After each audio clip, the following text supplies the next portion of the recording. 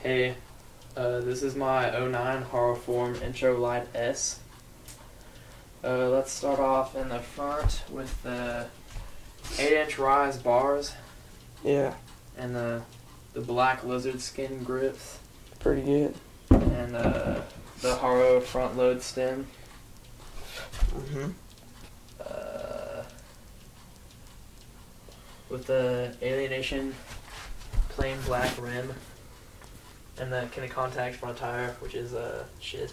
Yeah, piece of shit. Straight cable, Yeah. brakes.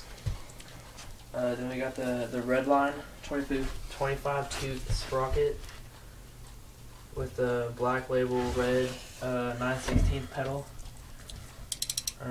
With a shitty Haro cranks. Hold on, I gotta show the world. I gotta show the world. My friend's dad's pretty nifty weld. Yeah. It broke because it's shit. Yeah. Just a regular chain.